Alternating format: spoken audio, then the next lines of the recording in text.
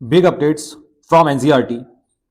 इन्होंने class 9th का syllabus change किया है। जो भी बच्चे क्लास 8 से क्लास 9th में जाने वाले हैं उनके लिए ये रील बहुत ही इंपॉर्टेंट होने वाली है, और जितने भी टीचर्स 9th और 10th पढ़ाते हैं उनके लिए भी ये रील बहुत ही इंपॉर्टेंट है।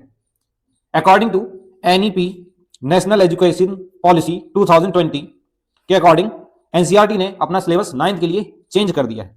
पहले क्लास 9th में 12 चैप्टर्स हुआ करते थे साइंस में, अब 11 चैप्टर हैं। जो नई एनसीईआरटी अप्रैल से आएगी उसमें 11 चैप्टर्स आएंगे। कहने के लिए 11 चैप्टर्स हैं, आपको समझ में आ जाएंगे वो 12 ही हैं। पहले फिजिक्स, केमिस्ट्री और बायो पढ़ाया जाता था, अब उसके साथ एक और चैप्टर इंक्लूड किया जाएगा अर्थ साइंस का, जिसमें फिजिक्स, केमिस्ट्री और बायोलॉजी तीनों का मिक्सचर रहेगा। इसमें कुछ चैप्टर्स हटे हैं और कुछ सब्जेक्ट जोड़ दिया गया है, कुछ सिलेबस जोड़ दिया गया है। जैसे फिजिक्स में पहले 5 चैप्टर हुआ करते थे, अब 4 चैप्टर हैं। इसमें से ग्रेविटेशन चैप्टर हटा दिया है, जो कुछ बच्चों को डिफिकल्ट लगता था तो उनके लिए बढ़िया बात है, ग्रेविटेशन चैप्टर हट गया है। मोशन वैसे ही रहेगा, laws of motion. Work energy power में एक सिंपल मशीन वाला टॉपिक जोड़ दिया गया है, जिसमें पुली, इंक्लाइन प्लेन जो आपको 11th क्लास में पढ़ना होता था वो थोड़ा बहुत बेसिक यहाँ पे पढ़ाया जाएगा, बाकी साउंड सेम टू सेम है। केमिस्ट्री पहले 4 चैप्टर थे, अब 3 चैप्टर हो गए हैं। मैटर इन अवर सराउंडिंग पहले चैप्टर जो था उसको हटा दिया गया है, और जो chapter is matter around us pure वाला था उसका नाम बदल के exploring mixtures and their separation कर दिया गया है। पहले सेपरेशन नहीं पढ़ाते थे, अब सेपरेशन टेक्निक्स पढ़ानी है, crystallisation, distillation, chromatography, coagulation, etc. ये सेपरेशन मेथड्स भी आपको पढ़ाने होंगे।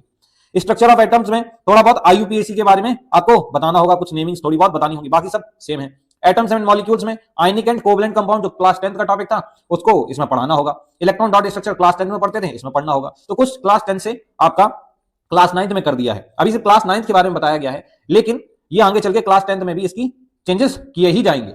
बायोलॉजी, बायोलॉजी में पहले 3 चैप्टर थे, अब 4 चैप्टर कर दिए गए हैं। इंप्रूवमेंट इन फूड रिसोर्सेज को हटा दिया गया है।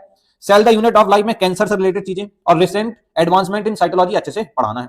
टिश्यू जो था वैसे ही है, लेकिन musculoskeletal system, injuries, posture, nutrition, इनके बारे में, एक्सरसाइज, योगा वगैरह के बारे में बताना होगा।